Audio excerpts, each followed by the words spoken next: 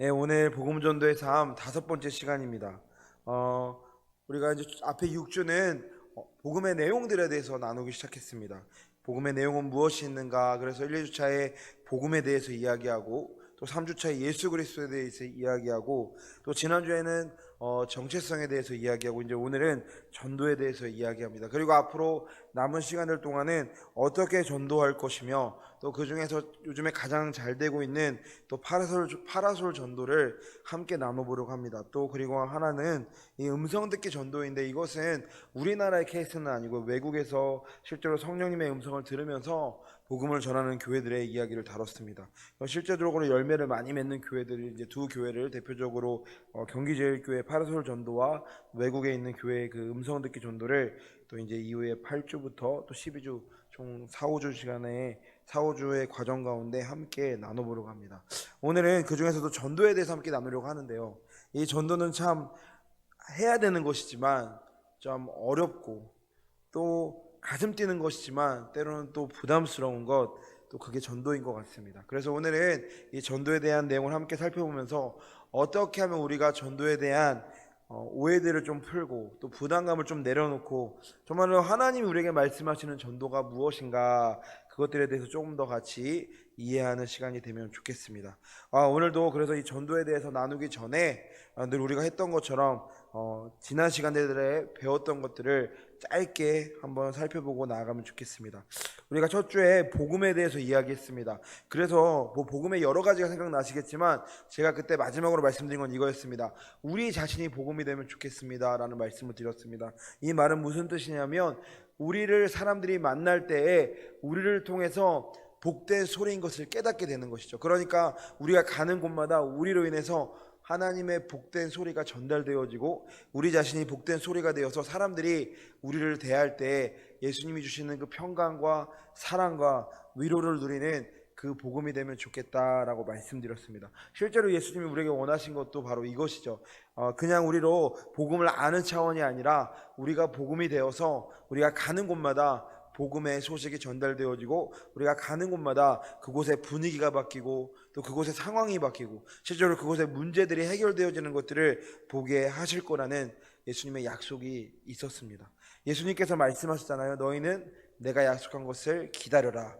그리고 제자들이 약속한 성령을 기다렸을 때 그들의 삶에 복음이 임했습니다. 복된 소리가 그들의 삶에 임했고, 이제 이것은 단순히 그들이 산상수훈을 통해 지식적으로 들은 그 차원이 아니라 제자들의 삶을 통해서 그들이 가는 어떤 곳마다 복된 소리로 예수님이 선포되어지고, 제자들이 복된 소리가 되어 사람들이 그들을 영접할 때 삶이 변하고, 또 실제로 베드로 같은 경우는 고넬료의 집에 갔을 때 성령이 임한 것을 우리가 볼 수 있는 것이죠. 여러분, 그러니까 우리는 단순히 이 땅의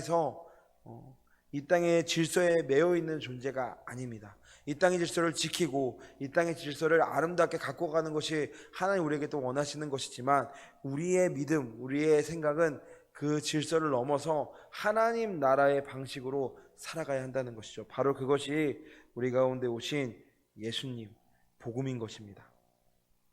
예수님이 우리 가운데 오셔서 열은 세계, 바로 그게 복음인 것이죠. 나의 삶과 상관없는 세계가 아니라 예수님이 오셔서 나의 삶에 시작한 하나님의 나라, 바로 이것이 복음인 것입니다.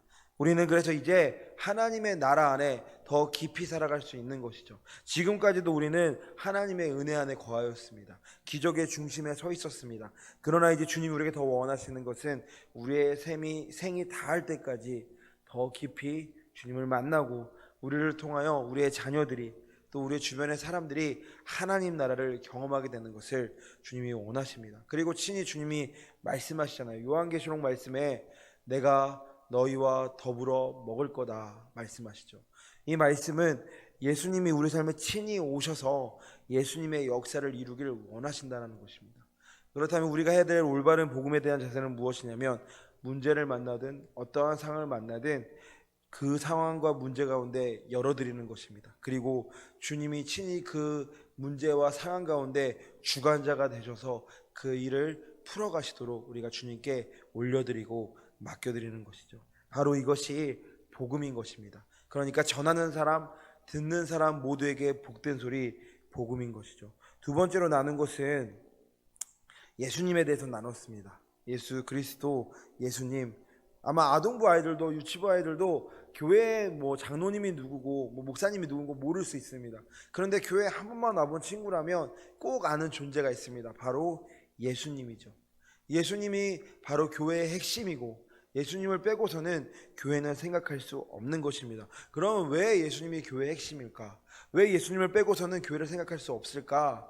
예수님이 교회의 머리시기 때문이죠. 예수님이 교회의 머리시라는 건 예수님에게 주도권을 드릴 때 교회가 강건케 된다는 것입니다.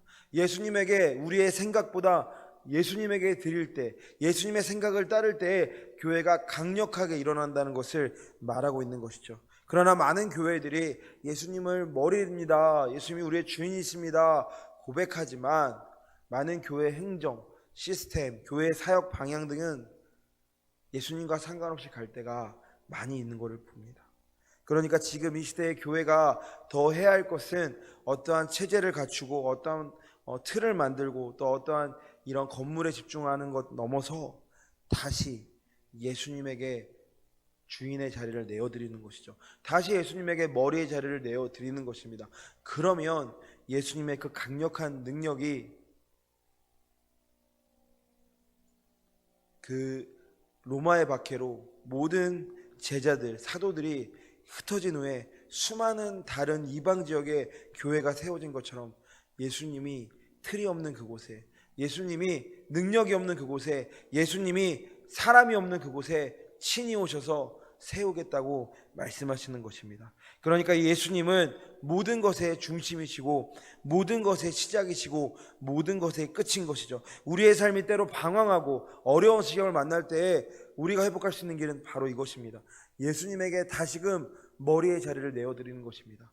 예수님이 다시금 내 삶에 오셔서 친히 다스리시도록 내어드리고 내 마음의 중심을 다 내어드리는 것이죠. 그래서 내 생각에 맞지 않은 것들도 과감히 예수님 앞에 내려놓아야 하는 것입니다.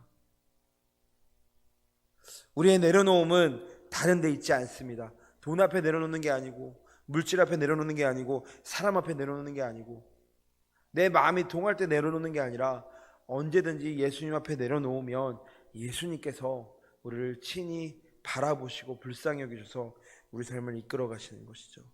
그래서 예수님은 그분의 나라를 여시고 역사를 바꾸셨습니다.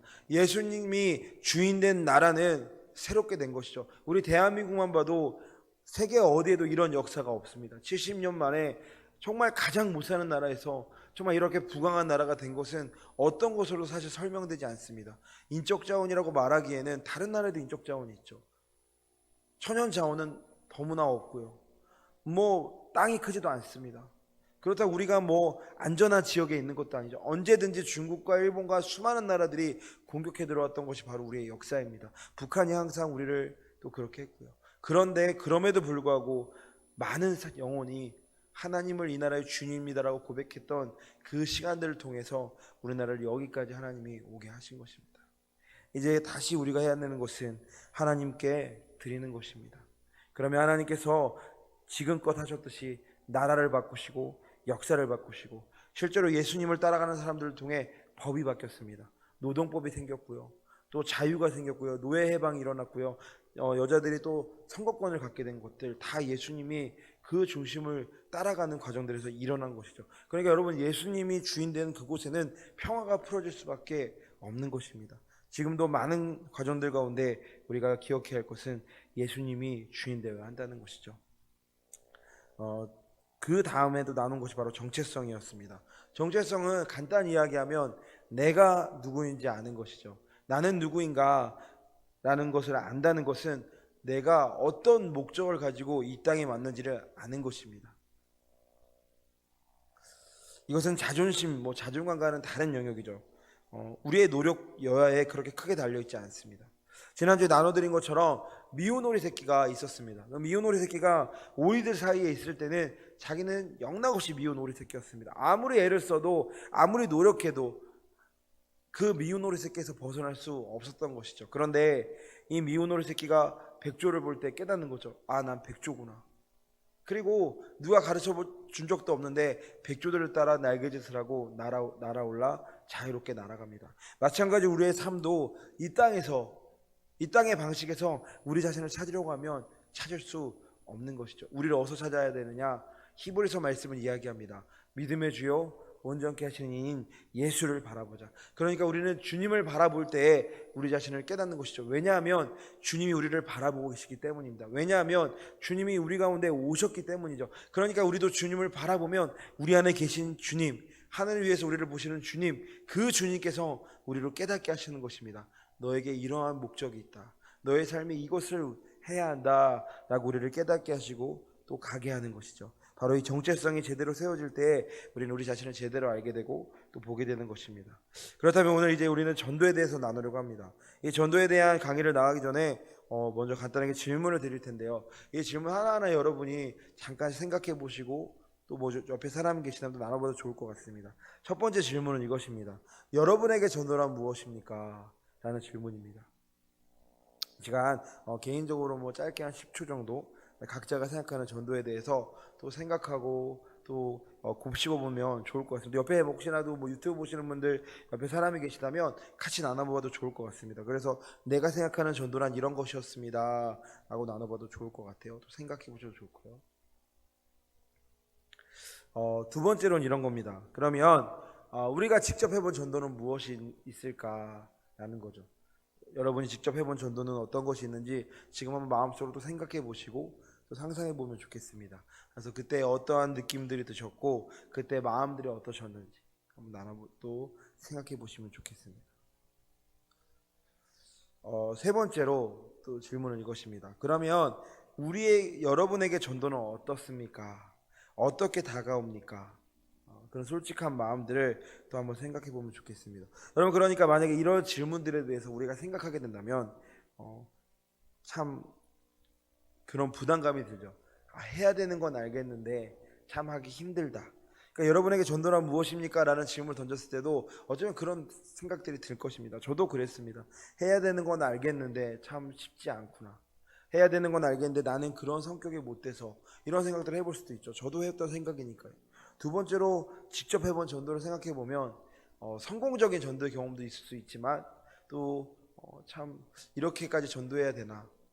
전도 참 어렵다. 한 명 전도하기 쉽지 않네. 이런 생각이 들 수도 있는 거죠. 왜냐하면 당장 나아가서 전도를 해보면 느낍니다. 많은 사람들이 그냥 쌩쌩 지나갈 때가 많죠. 아니면 붙잡고 이야기했는데 바쁘다고 이야기하거나 아니면 심한 경우는 막 욕을 하시는 분들도 만날 경우가 있는 거죠. 사실 그런 경우는 큰맘 먹고 나갔다가 만약에 욕을 듣거나 이러면 한동안 마음이 낙심돼서 사실 잘하기 힘듭니다. 세 번째로 전도 어떻게 다가오나, 아마 이야기해보면 저도 아내랑도 이야기하고 많은 사람들이랑 이렇게 이야기를 나눠보면 부담스럽다, 어렵다, 어떻게 해야 할지 잘 모르겠다, 도전해봤는데 안 되더라, 내 뭐 가족들도 안 되는데 어떻게 다른 사람들을 전하겠냐, 많은 다양한 답들이 나올 수 있죠. 그런데 이것들을 추려보면 쉽지 않다가 많은 결론에 나오는 것 같습니다. 그래서 여러분, 오늘 우리는 이 전도에 대한 오해를 좀 풀었으면 좋겠습니다. 하나님이 말씀하시는 전도는 무엇이고 왜 우리는 이렇게 전도에 부담을 갖게 되었는가, 이것들을 좀 함께 강의를 들으면서 또 푸는 시간이 되면 좋을 것 같습니다. 그럼 첫 번째로 전도란 무엇일까? 전도는 참 많은 생각을 들게 하는 단어입니다. 다양한 반응을 가져오는 단어이죠. 전도 해봅시다. 전도 나갑시다. 제가 청년부 때 전도를 나간 적이 있습니다. 우리 청년들을 데리고 한 달에 한 번 나간 적이 있는데 그때 생각해 보면 뭐 저희도 막 순장 이렇게 있었던 것 같아요. 지금 목자처럼 우리 교회에 순장이 있었고 리더들이 있었고 회장들이 있었는데 알게 모르게 도망가더라고. 뭐 순장이든 회장이든 도망가고 아니면 뒤쪽에서 자꾸 이렇게 보내는 거예요. 좀 잘할 만한 애들을. 그랬던 기억이 있습니다. 그러니까 전도에 대해서 참 부담스러웠던 사람들이 있고, 또 어떤 경우는 제가 이제 전도팀에 있었는데 특이한 두 아이가 있었습니다. 서로 더 복음을 전하려고 막 마이크를 사주세요, 마이크를 들고 나서 이야기하겠습니다, 이런 친구들도 있었거든요. 그런데 또 보면 그런 친구들은 자기 안에 전도에 대한 그 기쁨은 있는데 복음에 대한 어떤 감격이 약한 친구들도 있었습니다. 그러니까 전도를 통해서 자기를 찾으려고 하는 그런 친구들도 제가 많이 만났습니다. 그러니까 전도가 무엇인지에 나눠보면 다양한 반응들 우리는 보게 되는 거죠. 다양한 의견을 듣게 되는 겁니다. 복음을 전하는 건데 다양한 방법이 사용되어지죠. 실제로 뭐 지금까지 아마 이곳에 계신 분들 또 유튜브 보시는 분들도 많은 전도의 방법들을 들었을 겁니다. 뭐 고구마 전도부터 해가지고 많은 정도의 방법들이 지금까지 많이 사용되어 왔죠. 왜 그러면 이렇게 다양한 마음이 드는 전도, 다양한 의견이 드는 전도, 때로는 힘들기까지 하는 전도 왜 해야 할까요? 왜 그렇게 우리가 부담을 갖게 될까요?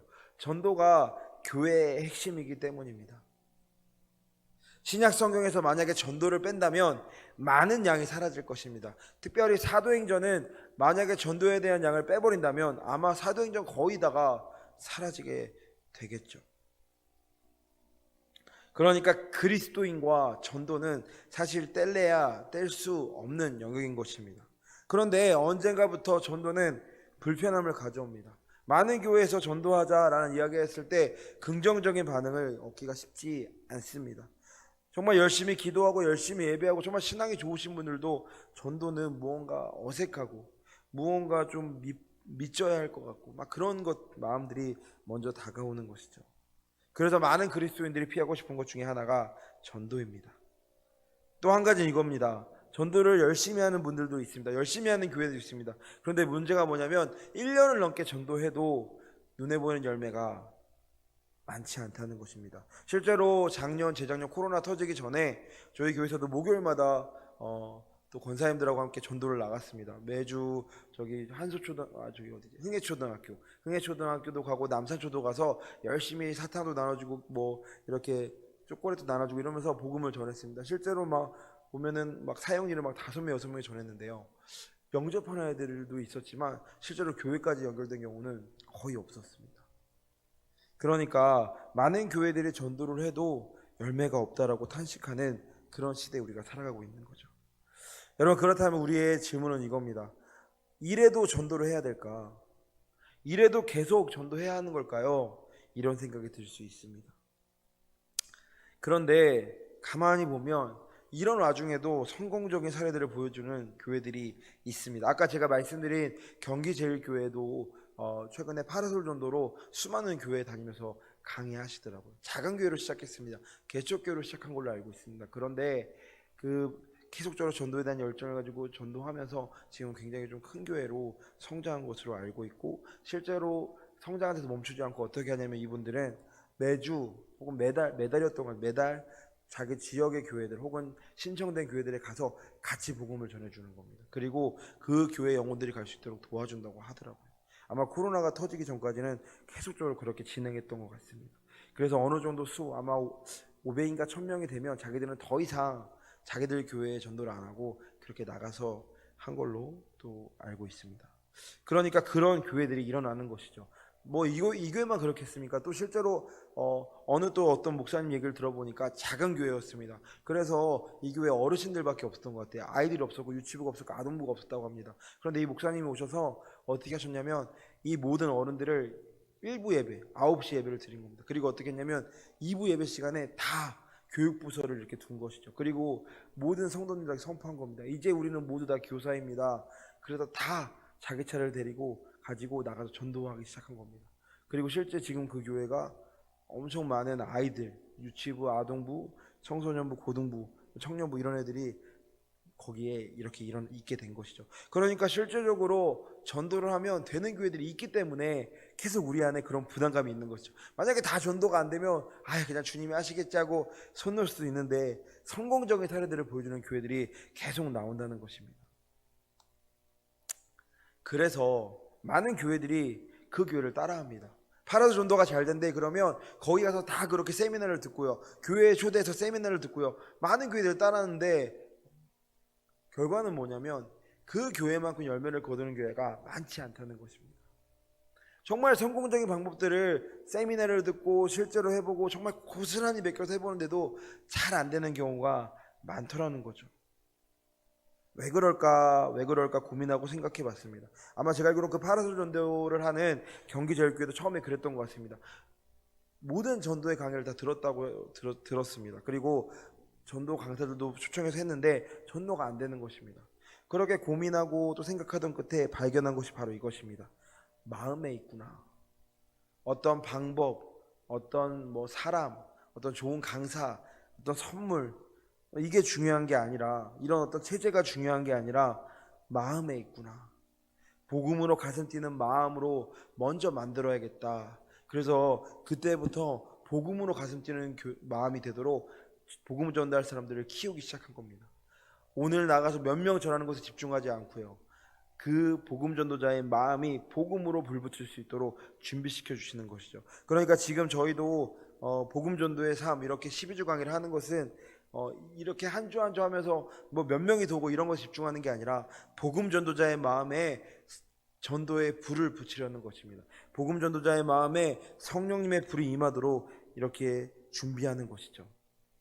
그러니까 복음으로 가슴 뛰는 마음들이 있다면 어떤 상황이고 얼마나 사람이 없든 상관없이 그곳에 전도의 불길이 일어난다는 것입니다. 여전히 오늘날에도 전도가 되는 교회들은 바로 이 마음의 변화가 있었던 것이죠. 교회에 몇 명 더 채우고자 하는 마음이 아니라 한 영혼이라도 더 구원하고 싶은 그 마음이 그들 가운데 있었습니다. 그래서 나중에 파라수 전도에 대해서 나누겠지만 그분들은 전도할 때 이렇게 한다고 합니다.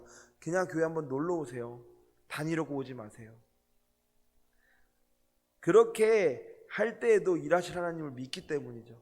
그러니까 한 영혼이 당장 교회에 와서 한 영혼 숫자 더 늘어나는 것보다 더 중요한 것은 이들은 한 영혼이 예수님을 만나기까지 인내를 가지고 사랑을 가지고 계속적으로 씨앗을 심고 물을 준다는 것입니다. 바로 이러한 마음들이 가득할 때에 강력한 전도 운동이 교회에 일어나게 되는 것이죠. 그렇다면 전도란 무엇일까?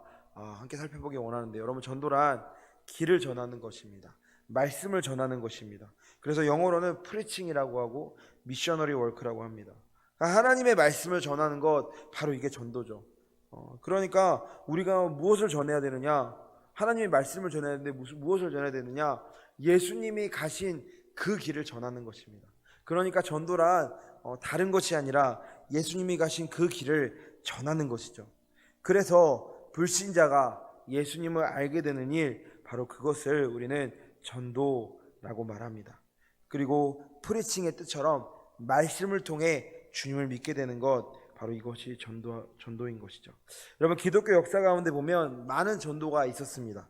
특별히 우리나라에도 이 조그만 소식자로 전해지는 전도들이 많이 일어나고 있었죠. 내비게이터도 했었고요, CCC도 했었고요. 사형리가 많이 쓰였던 걸로 기억하고 있습니다. 70년대, 80년대 이때에 사형리가 많이 쓰였습니다. 그리고 그때는 실제로 사형리를 들고 가서 복음을 전했을 때 많은 사람들이 주님께로 돌아왔습니다. 그래서 실제로 여의도에서 막 이따만한 밥솥 만들어가지고 수많은 사람들이 매일 밤마다 모여서 집회하고, 그 과정들을 통해서 또 한국교회가 또 엄청 많은 배가 운동들이 일어났었죠. 많은 교회들이 그때 성장한 걸로 기억하고 있습니다.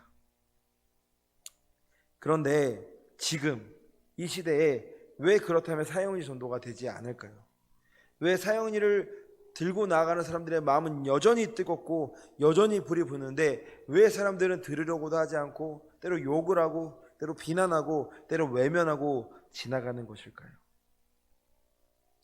어떤 분들은 말하더라고요. 세대가 악해서 그렇습니다. 세대가 악해서 복음을 받아들이지 않습니다.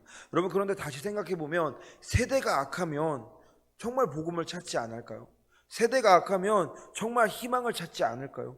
여전히 사람들은 희망을 찾잖아요. 여러분, 그러니까 오죽하면 그런 사람들도 있잖아요. 근무 쉬는 주말에 빵술래라는 걸 다닌답니다. 빵을 사러 군산에도 가고 익산에도 가고 뭐 여기저기 가는 거예요. 그래서 그걸 통해 자기가 회복되기 원하는 거죠. 안식을 받기 원하는 겁니다. 그러니까 사람들은 여전히 안식처를 찾고 소망을 찾고 희망을 찾는 거죠. 그런데 문제는 뭐냐면 그게 이제 더 이상 교회가 아닌 경우가 많다는 것입니다. 많은 사람들 마음에 희망이란 단어를 들을 때 교회를 떠올리는 사람들이 많지 않은 시대에 우리가 살아가고 있다는 것이죠. 여러 이유가 있을 것입니다. 교회가 잘못한 부분도 있습니다. 그리고 교회에 대한 오해도 있습니다. 또 하나는 교회를 잘 모르기도 합니다. 그렇다면 반대로 교회에서 희망을 보게 되면, 교회에 대한 오해가 풀어진다면 전도가 된다는 것이죠. 전도가 될 수밖에 없다는 것입니다. 여러분, 그러니까 전도는 사람들이 그토록 찾는 희망을 발견하게 해주는 것입니다. 그런데 이 희망이 좀 다르죠. 사람들이 생각하는 희망과 조금 다를 수 있습니다. 그런데 가장 그 끝에, 삶의 끝에서 무엇이 기다리고 있는가 생각해 볼 때에 전도만큼 희망적인 건 없다는 것이죠. 복음만큼 희망적인 건 없다는 것입니다. 여러분, 이것은 우리의 신념이나 믿음에 달려있지 않습니다. 바로 그 길 자체가 진정한 희망이어야 되죠. 누구에게나 진정한 희망이어야 합니다. 그런데 사람들이 이 길을 잘 모릅니다. 그러니까 비슷해 보이는 길로 가는 거죠. 저 길로 가면 그나마 행복하대. 저 길로 가면 그나마 마음의 위로가 있대. 그래서 어떻게 하나요? 돈을 찾아가고 권력을 찾아가고 성공을 찾아가고 어떠한 안식처를 찾아가는 거죠. 그런데 끝까지 가봐도 거기에는 진정한 희망이 없는 것이죠. 여러분, 그런데 성경을 보면 예수님을 만난 사람들은 달랐습니다. 예수님을 만난 사람들은 진정한 희망의 길을 발견합니다. 주님을 만난 사람들을 보면 정체성이 회복되고 병이 고쳐지죠. 실제로 삭개오는 참 자기밖에 모르는 세리였습니다. 4배나 되는 돈을 거둘 정도로 사람들에게 별로 관심이 없었습니다. 나만 잘 살면 돼. 그래서 여러분 4배나 되는 돈을 걷어서 자기 배를 불렸던 사람이죠. 그런데 예수님을 만나니까, 저 멀리서 오는 예수님을 보니까 그 마음 안에 변화가 일어나는 것입니다. 그래서 예수님이 내려오라 삭개오야 할 때 당장 내려가죠. 당장 내려가서 예수님을 맞이하고 그의 삶이 변하고 그의 지금까지 잘못해서 쌓은 그 모든 부를 토해내고 사람들에게 돌려주고 더 많은 금액을 돌려주는 것들을 우리는 성경을 통해 본 것이죠. 많은 사람들이 예수님을 만나면 삶이 변했습니다. 실제로 이 자리에 앉아있는 우리도, 또 강의라는 저도 예수님을 만난 그 변화보다 놀라운 변화는 없습니다. 아이를 만나도 사람은 변하죠. 사랑하는 사람을 만나도 사람은 변합니다. 돈을 많이 벌어도 사람은 행복할 수 있습니다. 그런데 예수님만큼 우리가 놀라운 변화를 경험한 것은 없다는 것입니다. 그래서 모든 사람에게 전도가 필요한 것입니다. 모든 사람에게 복음이 필요한 것이죠. 모든 사람에게 예수님의 그 사랑이 전달되어질 때 이 땅에 하나님의 나라가 더 충만하게 풀어지게 되는 것입니다. 우리는 이 전도를 성경 여러 권에서 또 다양한 사람에 의해서 만나볼 수 있습니다. 대표적으로 예수님이 계시고 또 7 집사가 있고 사도 바울이 있습니다. 이처럼 신약의 대부분에 나오는 내용은 전도입니다. 제가 아까도 말씀드렸지만 아마 신약에서 전도를 빼면 많은 내용이 사라집니다. 사도행전은 거의 다 사라질 거예요. 그러나 여전히 우리에겐 막연합니다. 여전히 우리에게 부담입니다. 여전히 우리에게 해야 되지만 어렵고 불편한 어떠한 그런 모습인 것이죠. 여러분, 그런데 성경을 자세히 보면, 제자들을 자세히 보면, 바울을 보면 전도가 막연하지 않습니다. 부담을 갖고 전하지 않습니다. 전도 전할 때 그들은 뜨겁고 기쁘고 반드시 전하는 것을 원했습니다. 분명하고 단호하게 전해진 것, 바로 그게 전도입니다. 병 고침도 마찬가지죠. 제자들이 병을 고칠 때 망설이지 않습니다. 제자들이 무언가를 선포할 때 망설이지 않습니다. 왜요? 주님이 원하시기 때문입니다. 우리는 그래서 지금 다양한 전도의 모델들을 놓고 어떠한 전도들이 있었는지 한번 살펴보려고 합니다. 성경의 대표적인 모델들, 예수님, 제자들, 또 7 집사의 전도, 바울의 전도를 보면서 함께 살펴보려고 하는 것이죠. 먼저 예수님의 전도를 보면, 예수님은 정말로 삶으로 전도하신 분입니다.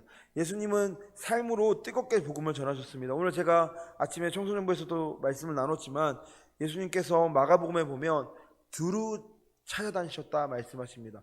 두루 다니시며. 그런데 여러분, 그 예수님의 일정이 얼마나 뻑뻑했냐면 정말로 예수님은 밤늦게까지 사람들에게 복음을 전하고 병을 고쳐주시고 귀신을 내쫓으시고 또 새벽 이른 시간에 나아가 기도하셨다라고 마가복음 1장에 나오죠. 그리고 기도하신 후에 또 뭐 했냐? 또 가서 사람들을 만나시고 또 사람들을 자유케 하는 것입니다. 그러니까 예수님의 관심은 딱 하나였습니다. 내가 어떻게 자유하게 할까? 오늘은 어디를 가서 자유하게 할까? 오늘은 어디를 가서 하나님의 자녀로 회복되게 할까? 오직 이거밖에 없었던 것이죠. 그러니까 예수님이 십자가 지신 것도 부활하신 것도 어떻게 하면 우리를 자유하게 할까? 거기에만 있었던 것입니다. 우리를 자유하게 하시고 우리에게 묶인 것이 끊어지게 하신 바로 그것이 예수님의 전도였죠. 예수님의 복음의 소식이었습니다. 병든 자를 고치시고 귀신 들린 자를 자유케 하셨던 예수님의 사역이었죠. 그리고 예수님이 전하십니다. 하나님 나라가 가까이 왔다. 왜냐하면 여러분, 예수님은 우리가 단 한 번 어떤 기적을 경험하고 단 한 번 놀랍게 치유받고 단 한 번 복음에 대해서 그곳에서 마음이 막 뜨겁게 되는 그것을 원하신 게 아니고요, 우리의 삶이 그러한 삶으로 변화되길 원하신 겁니다. 계속적인 치유가 일어나는 사람, 계속적인 마음의 뜨거움이 일어나는 사람, 하나님으로 인해서 그 사랑을 경험하는 사람, 그 존재가 변화되도록 원하신 것이죠. 그래서 마가복음 1장 15절에 보면 예수님 말씀하십니다. 하나님 나라가 가까이 왔다. 하나님 나라를 받으라는 것입니다. 예수님이 오심으로 도래한 나라, 그 나라로 초대하는 것이죠. 그러한 삶으로 초대하는 것입니다. 이것은 바리새인의 기대를 뛰어넘는 것이죠. 바리새인은 기대했습니다. 우리를 압제해서 풀어주실 거야. 그런데 예수님의 목적, 예수님의 소명은 이 땅에서 영원히 모든 사람을 구원의 길로 이끄는 그것에 있었던 것이죠. 그래서 우리를 예수님을 다른 말로 구원의 창조자라고 우리는 표현하는 것입니다. 그리고 예수님의 전도를 받아들이는 사람들은 새로운 차원의 삶을 경험했습니다. 대표적으로 제자들의 삶이 그렇죠. 제자들은 또 그러면 어떠한 삶을 살았고 어떠한 복음을 전했습니까? 제자들의 전도를 보면 제자들은 이렇습니다. 예수님 못지않게 전도 사역을 행하셨습니다. 물론 제자들 처음부터 그런 거 아닙니다. 우리가 다 알고 있잖아요. 예수님이 열심히 사역할 때 별의별 말을 다 합니다. 저 나중에 하늘나라 올라가면요, 저는 왼쪽에, 저는 오른쪽에 앉게 해주세요. 별의별 말을 다 하죠. 또 복음을 안 받아들이니까 저기 마을에 번개를 내려서 저들을 다 없앨까요? 그러니까 그들은 예수님을 따라다니면서도 자리 욕심이 있었고요, 권력욕이 있었고요, 예수님을 통해서 예수님이 진짜 메시아로 등극하면 우리가 한 자리 하겠구나, 이러한 소망이 있었던 것입니다. 예수님과 다닐 때만 해도 그랬던 것이죠. 그런데 그들 가운데 성령님이 오십니다. 약속하신 성령님이 오시니까 그들의 사역이 완전히 달라지죠. 제자들이 놀랍게 예수님의 복음을 전합니다. 베드로는 성전 미문에 올라가서 이야기하죠. 은과금은 내게 없지만 나사렛 예수 그리스도 이름 명하노니 일어나 걸어라. 그리고 그 사람이 일어나 걷고 뛰고 찬송하고 그 마을을 돌아다니며 예수님의 소식을 전하는 것입니다. 바로 예수님께서 오셔서 우리 가운데 그러한 힘을 주시는 거죠. 여러분, 그렇다면 제자들이 전한 건 무엇일까요? 바로 이겁니다. 예수님이 하신 대로 회개하고 복음을 믿으라고 전파했습니다. 하나님 나라가 가까이 왔다고 전파했습니다. 그리고 또 무엇이냐면 스데반이 전한 것처럼 구약에서 예언된 그 메시아가 우리 예수님이야. 그런데 너희들이 예수님을 죽였어. 그러나 그분은 죽으시고 부활하셔서 지금도 우리와 함께 계셔. 성령님을 보내주셨어 라고 전하는 것이죠. 실제로 그래서 제자들이 가는 곳마다 하나님 나라가 그들의 삶에 회복되고요, 실제로 제자들이 가는 곳마다 성령님이 그들에게 임하는 것들을 우리는 사도행전을 통해서 보게 되는 것입니다. 이러한 놀라운 일들이 제자들을 통해 일어나는 것이죠. 그렇다면 이 놀라운 일들이 제자들을 통해서만 일어났느냐? 아닙니다. 바로 일곱 집사들을 통해서도 일어났습니다. 대대적인 박해로 인하여 사람들이 흩어집니다. 뿔뿔이 흩어집니다. 스데반에 대해서 먼저 살펴보자면 성경은 그를 뭐라고 이야기하냐면 믿음과 성령이 충만한 사람이라고 말합니다. 우리가 스데반을 기억할 때 또 많은 신학자들이 이야기하기를 초대교회, 신약교회 최초의 순교자라고 말하죠. 그러니까 누구도 그 죽음을 헛되다고 생각하지 않습니다. 여러분도 생각해 보시면 스데반은 집사로 임명받고요, 복음을 전하러 나아가서 바로 그 첫 현장에서 죽임을 당하죠. 그러니까 만약 지금 우리가 생각하는 전도라면 스데반은 실패한 겁니다. 스데반은 패배한 것입니다. 한 명의 열매도 거두지 못하고 복음만 전하고 죽었기 때문이죠. 그러나 성경은 그를 그렇게 표현하지 않습니다. 믿음과 성령이 충만한 사람, 스데반으로 인해 수많은 사람에게 복음이 흘러간 것을 우리는 나중에 보게 되는 것이죠. 사도 바울도 그런 또 사람 중에 한 명인 것이죠. 수많은 사람이, 그 광장에 있던 수많은 사람이 스데반으로 인해 복음을 들었습니다. 예수님에 대해 들었습니다. 스데반을 통해서 복음이 흘러간 것이죠. 물론 많은 사람들이 스데반을 알아보지 못하고 또 예수님의 복음을 알아보지 못하고 스데반을 돌로 쳐 죽이죠. 그러나 이후에 그들에 있던 많은 사람들이 마음의 변화를 얻고 아마도 회심하고 주님의 자녀로 살아갔을 것입니다. 바울을 통해서도 우리가 보듯이 그러한 일들이 일어난다라는 것이죠. 여러분, 스데반을 통해 기억해야 할 것은 이것입니다.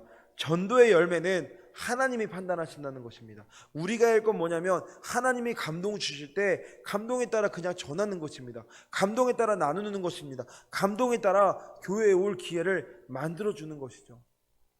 그것을 받아도 받지 않아도 하나님 우리를 나무라지 않으십니다.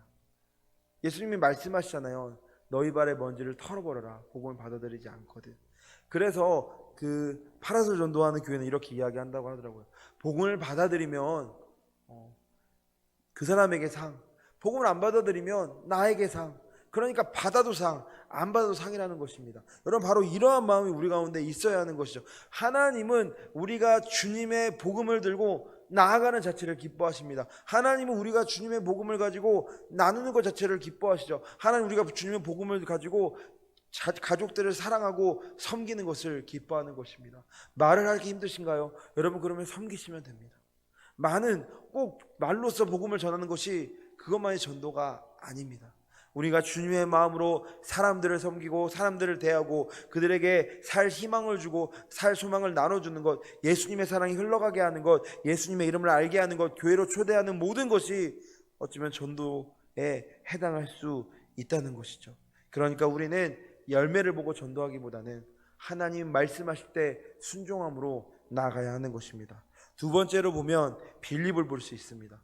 스데반의 순교로 예루살렘에 대대적 박해가 일어났습니다. 많은 사람들이 뿔뿔이 흩어졌습니다. 그리고 빌립은 사마리아로 가서 복음을 전하죠. 사마리아로 가서 열심히 복음을 전합니다. 그런데 가사로 가던 중 에디오피아 내시를 만납니다. 그 내시에게 복음을 전하죠. 어떤 신학자들은 이렇게 이야기하더라고요. 아마도 그 내시로 인하여서 그 지역에 또 그 넓은 많은 이방 지역에 복음이 전파되는 시금석이 됐을 것이다 라고 이야기하는 것입니다. 실제로 빌립이 가는 곳마다 교회가 세워지고 많은 사람들이 복음을 받아들이죠. 믿는 자의 수가 늘어갔습니다. 바로 이것이 일곱 집사들의 전도이죠. 그렇다면 이제 네 번째 마지막 바울의 전도입니다. 여러분, 바울의 전도는 조금 다른 점이 있습니다. 예수님과 제자들 또 일곱 집사들과는 조금 다른 점이 있습니다. 첫 번째로 이것이죠. 바울은 부활하신 주님을 만나기 전까지 유대교의 정통한 자였습니다. 바리새인이었습니다. 바리새인 중에 바리새인이었고요. 알아주는 학파의 교육을 받은 사람이었습니다. 그러니까 그대로 있으면 아마 높은 어떤 서열쯤 돼서 그 사람 많은 사람들에게 율법을 가르쳤을 것입니다. 그리고 예수님을 믿던 사람들을 정말 최선을 다해 박해했습니다. 저기 땅끝까지 가서라도 데려올 것처럼 그런 기세로 잡으러 오잖아요. 바로 그게 바울의 삶이었습니다. 그런데 바울이 완전히 변합니다. 언제 변하느냐? 부활하신 주님을 만나고 완전히 변하는 것이죠. 여러분, 그러니까 여러분 주변에 혹은 여러분 자녀가 아직 많이 변하지 않고 여러분의 마음에 여전히 안타까움으로 있다면 여러분 이렇게 기도하시면 됩니다. 주님, 부활하신 주님을 만나게 해주십시오. 부활하신 주님을 경험하게 해주십시오. 부활하신 주님이 이 아이의 삶 가운데 살아 역사하는 것을 보게 하여 주십시오. 이렇게 기도하시면 되는 것이죠. 여러분, 왜냐하면 바울도 변화시키셨는데 누구를 못 변화시키시겠습니까? 바울도 변화시킨 예수님께서, 그 부활하신 주님께서 어떤 사람도 변화시킬 수 있는 것이죠. 바울의 삶에 수많은 박해, 오해 있었습니다. 바울이 변한 후에 탄탄대로가 있었던 게 아니고요, 박해도 있었고요, 오해도 있었고요. 실제로 바울에게 박해받은 사람들이 바울을 막 죽이러 오잖아요. 그런데 바울이 포기하지 않습니다. 왜냐하면 부활하신 주님이 자기를 찾아오셨고 자기와 함께 계시고 지금도 자기를 얼마나 사랑하시는지를 주님이 계속 깨닫게 해주셨기 때문이죠. 여러분, 그러니까 교회에서 신앙생활 하시면서 때론 지치시고 또 마음의 힘이 없으시고 또 낙심될 때에 여러분, 다른 것이 우리에게 힘을 주는 게 아니고요, 부활의 주님을 찾을 때에 부활의 주님이 다시금 우리에게 위로하시고 다시금 새 소망을 주셔서 나아갈 길을 보게 하시고 또 가게 하는 것입니다. 여러분, 바울도 심지어 복음 전도하는데 마게도냐로 가는 길이 여러 번 막히잖아요. 그런데 바울이 멈추지 않습니다. 거기서 또 주님의 마음을 따라 그냥 복음을 전하는 것이죠. 그러니까 여러분, 가다가 막히면, 가다가 실패하면, 가다가 뭔가 나를 주저앉게 하면 거기서 우리는 머무르는 사람이 아니라요, 거기서 주님의 일을 하면 되는 것입니다. 그러면 주님께서 그 작은 마음을 들으시고 보셔서 때가 되면 요셉과 같이 높여주시는 것이죠. 바로 우리가 할 것은 낮은 곳에서도, 멈춰진 곳에서도, 머물게 한 곳에서도 주님을 바라보며 바울처럼 따라가는 것입니다. 그래서 바울을 통해 수많은 사람이 주께로 돌아왔습니다. 여러분, 나중에 바울 서신을 보면 어떠한 교회들은 바울이 왜 이렇게 말씀을 못 전하냐 막 이렇게 탓을 합니다. 그럼에도 불구하고 바울은 끊임없이 말씀을 전하고 편지를 보내죠. 그리고 나중에 결국 바울의 그러한 사랑 가운데에서 그들이 예수님을 만나고 많은 교회들이 주님의 사랑 안에 들어오고 은혜를 누리는 것들을 우리는 보게 되는 것입니다. 여러분, 그러니까 전도란 우리가 다시 생각해야 하는 것이죠. 전도란 생명을 전하는 것입니다. 전도란 열매를 맺는 것이 아니고요, 전도란 생명을 전하는 것입니다. 우리는 앞에서 예수님부터 바울에 이르기까지 수많은 전도자의 유형을 나눴습니다. 예수님 오셔서 전하신 하나님 나라, 또 바울이 이르기까지 수많은 전도자들이 바로 외쳤죠. 하나님 나라가 가까이 왔다. 그리고 그것을 마음에 받아들이는 사람들은 실제로 삶이 변했습니다. 많은 사람이 변했습니다. 하나님의 나라를 경험했습니다. 유기선 목사님이 쓰신 예수님의 사람이라는 책에 보면 이렇게 묻죠. 왜 예수님이 돌아가셨나요? 예수님이 왜 돌아가셨나요? 안 돌아가셨으면 지금도 많은 사람이 믿었을 텐데. 그렇죠. 제가 생각해도 그렇습니다. 예수님이 안 돌아가셨으면, 만약에 지금 이 흥의 땅에 있으면 우리가 얼마나 믿을 맛이 나겠어요? 막 떵떵대지 않을까요? 어깨에 좀 힘 좀 들어가도 될 것 같습니다. 예수님이 지금도 하루에 몇천 명씩 귀신 들린 자를 쫓아내시고 병을 고치시고, 예수님을 인하여 이 땅의 삶이 변화되고 문화가 변화되고 사회가 변화되고 정치가 변화되는 그것들 가운데 있는데 어떻게 안 믿을 수 있을까요? 아마도 많은 사람이 믿었을 겁니다. 그러나 하나님은 반드시 예수님을 죽여야 했습니다. 예수님은 반드시 십자가를 지셔야 했습니다. 왜냐하면 믿음의 문제는 해결되었지만 해결되지 않은 하나의 문제가 있죠. 성경이 우리에게 이야기합니다. 모든 사람이 죄를 범하였음에 사망 아래 있었다. 하나님의 영광에 이르지 못했다. 사망 아래 있었다 이야기하는 것이죠. 그러니까 우리 모두가 죄와 사망 아래 있었다고 성경은 이야기합니다. 죄의 문제는 예수님이 주시는 회개로 통해서 가능합니다. 그런데 이 사망은 가능하지 않았던 것이죠. 사망에는 반드시 하나의 길밖에는 없었습니다. 바로 무엇이냐? 죄짓지 않은 유일한 생명, 예수님께서 죽으심으로 우리 모든 사람에게 생명을 주시는 그것밖에는 없었던 것이죠. 그래서 예수님은 친히 십자가를 지시고 죽으신 것입니다. 부활하셔서 친히 찾아오신 것입니다. 그래서 우리 모든 사람이 예수님을 영접할 때 성경은 말합니다. 우리가 영생을 얻었다라고 이야기하는 것이죠. 영생은 영원히 사는 것을 말하지만 그 안에는 하나님의 자녀로 산다라는 뜻이 포함되어 있는 것이죠. 완전히 새로운 차원의 삶을 이야기하는 것입니다. 여러분, 바로 그렇기 때문에 예수님은 죽으셔야 했습니다. 우리에게 생명을 주시기 위하여 그분은 돌아가신 거죠. 그러니까 여러분, 이걸 생각한다면 전도가 달라질 수 있습니다. 안 믿을 수 있고요, 안 받아들일 수 있는데 우리는 그 생명을 전하는 것입니다. 교회에 못 데려왔다고 낙담되지 않을 수 있습니다. 왜냐하면 나는 생명을 전했기 때문입니다. 여러분, 그러니까 그 사실만으로 우리는 기쁠 수 있고 춤출 수 있는 것이죠. 변화되지 않은 것 안타깝죠. 그러나 우리가 해야 할 것은 생명을 전하는 것입니다. 예수님이 당신을 위해 이 땅에 오셨습니다를 전하는 것이죠. 물론 이걸 전하는데 방법론적인 것도 있습니다. 특별히 파라솔 전도할 때 그 어떤 것들을 나눌 텐데요. 왜 그 되는 교회들은 되고 왜 안 되는 교회들은 안 될까, 그것들을 나눌 것입니다. 그러나 중요한 건 이 마음이 우리 안에 있어야 된다는 것이죠. 열매를 맺어야 한다는 마음이 먼저가 아니라 생명을 전한다, 이것이 우리 안에 먼저 있어야 한다는 것입니다. 열매는 그 다음 하나님의 영역입니다. 하나님께서 하시는 것이죠. 하나님께서 물을 주시고 하나님께서 길러주시는 것이지, 우리는 하나님의 뜻에 따라 씨를 뿌리고 물을 줄 뿐입니다. 물을 주시는 분도 하나님이고 열매를 거두시는 분도 하나님이신 것이죠. 여러분, 이 땅에 어느 누구도 예수님이 필요 없는 사람은 없습니다. 예수님의 생명이 필요 없는 사람은 없습니다. 누구도 자기의 생명으로 천국에 갈 수 없기 때문입니다. 모두가 필요합니다. 그런데 교회에 나오면서도 왜 예수님을 믿는지 제대로 모르는 사람들이 있는 시대에 우리가 살아가고 있는 것이죠. 요한복음 3장 16절은 이렇게 말합니다. 우리 앞에 보고 또 유튜브로 보시는 분들 말씀을 보고 한번 같이 읽어보겠습니다. 시작.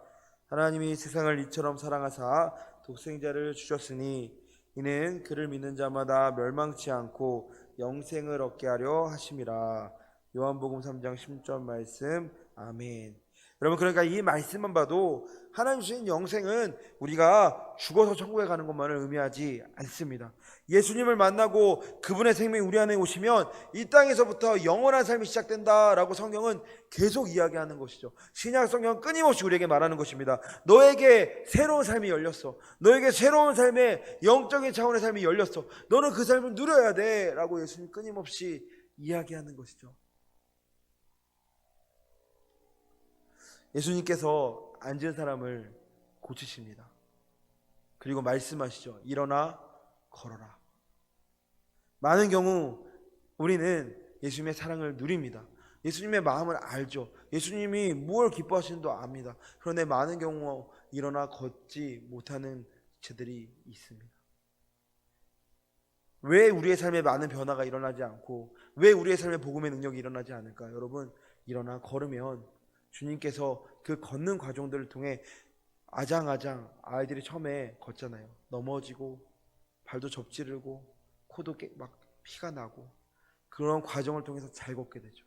우리의 신앙도 마찬가지입니다. 하나님 우리에게 뜨거운 사명을 주시고 하나님이 우리에게 뜨거운 마음을 주시고 또 예배를 통해서 우리가 어떤 주는 뜨거운 마음의 위로를 받고 감동을 받아도 여러분 걸어가지 않으면 일어나지 않으면 복음의 능력이 잘 흘러가지 않는 것입니다. 이제 우리가 해야 하는 것은 일어나는 것이죠. 부족하지만 연약하지만 때로 나 치우기도 할지도 모르지만 우리가 성경에서 본 것처럼 은가금 내게 없지만 나사렛 예수의 이름으로 명하노니 일어나 걸으라 했던 것처럼 우리도 그렇게 해보는 것입니다. 그러면 하나님이 그 마음을 기뻐 보시고 역사하신다는 거죠. 실제로 다니엘 기도회를 우리가 들으면서 어떤 선교사님 말씀하셨습니다. 자기는 선교제에 가기 전까지 치유 기도를 해본 적이 없다. 그런데 어떤 지역에 갔더니 자기 선교제에 갔더니 죄다 치유할 사람밖에 없더라.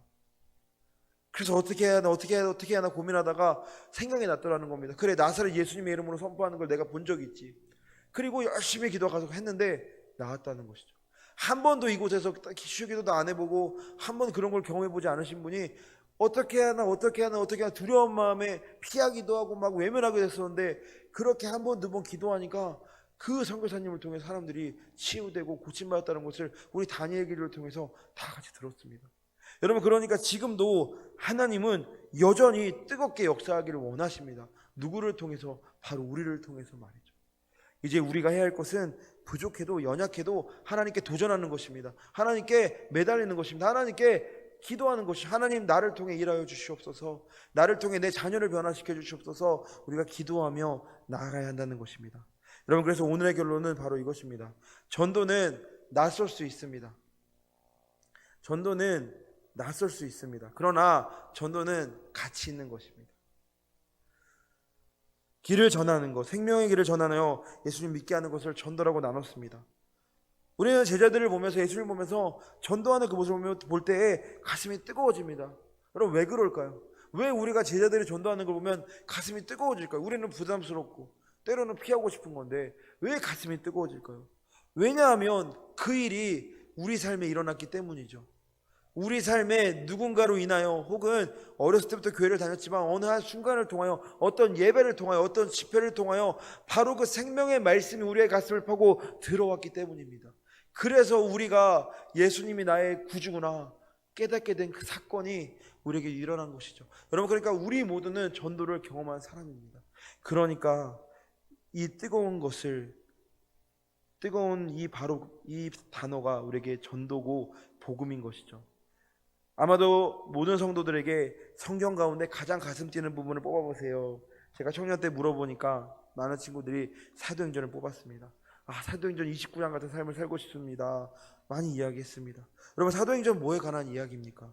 전도에 관한 이야기입니다. 끊임없이 예수님을 전하고 병을 고치고 귀신을 떠나가게 했고 사람들을 자유하게 한 사건이죠. 이게 바로 우리 삶에도 일어났기 때문에 우리가 가슴 찌는 거죠. 내 삶에 바로 예수님으로 인하여 내가 자유케 됐고 내 생각이 변하게 됐고 내 삶의 가치가 변화됐기 때문에 우리가 성경을 읽을 때 가슴 뛰고 성경을 읽을 때 막 흥분되는 것입니다. 여러분, 이제 전도를 생각하면 마음이 무거운 것을 넘어서야 합니다. 마음의 부담이 되는 것을 넘어서야 합니다. 우리가 속고 있던 것이죠. 여러분, 전도자의 사명은 딴 게 아닙니다. 예수님을 전하는 것입니다. 열매를 맺는 것은 그렇게 많이 나오지 않습니다. 성경에도 초대교회 가운데 열매를 맺거나 교회가 세워진 얘기보다 더 많이 나오는 것은 복음을 전하는 것입니다. 예수님을 전하고 그들이 예수님을 믿게 된 것, 크게 많이 나오죠.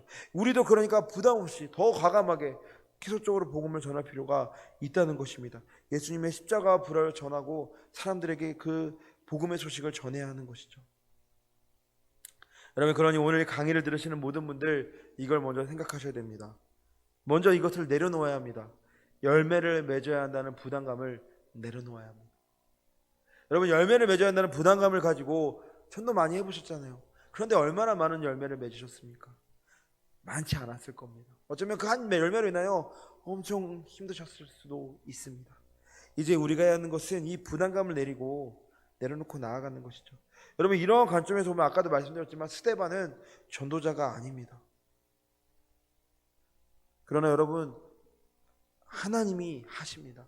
하나님이 열매에 대해서 하나님이 하시고 하나님이 판단하십니다. 우리는 알 수 없습니다. 하나님은 우리가 복음을 갖고 사는 삶 자체를 기뻐하시고, 하나님은 우리가 복음되어 사는 삶을 기뻐하시고, 하나님은 우리가 복음을 전하는 그 자체를 기뻐하십니다. 여러분, 말하여서 복음을 전할 수 없겠거든. 여러분, 복음의 삶을 살아가시면 됩니다.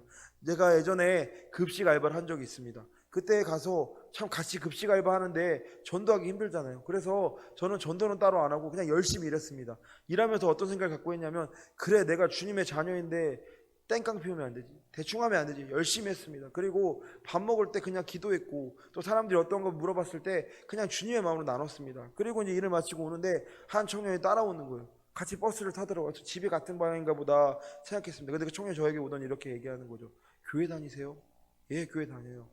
저 혹시 그 교회 다음 주에 갈 수 있을까요? 그럼 다음 주에 저희 교회 따라오고, 또 그렇게 예수님을 다시 만나게 되고 뜨겁게 신앙생활을 했던 청년의 기억이 납니다.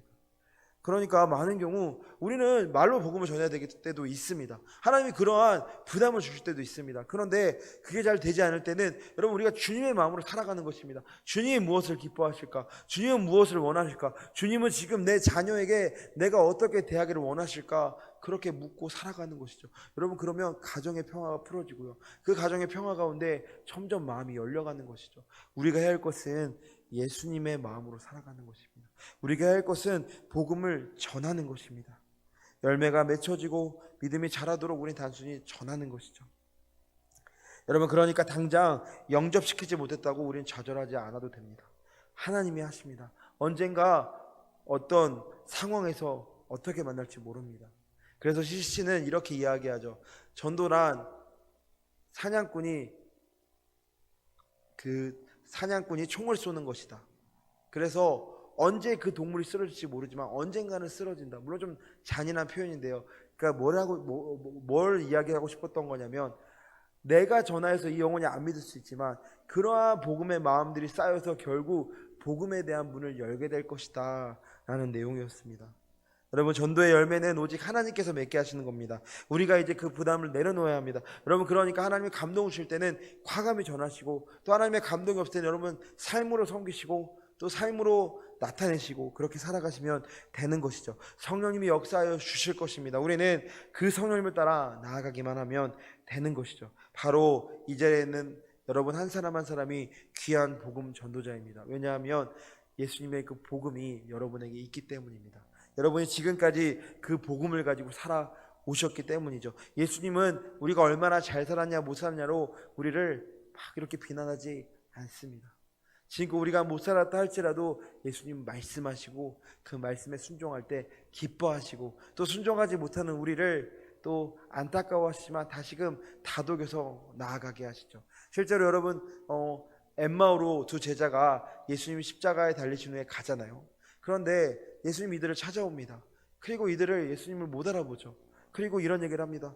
예수님이 십자가에 달리시고 사흘이 지났는데 모르겠어요. 그 말씀이 일어날지 안 일어날지. 나중에 예수님이 또 이들을 데리고 가셔서 먹이시면서 다독이시고 깨닫게 하시는 거죠.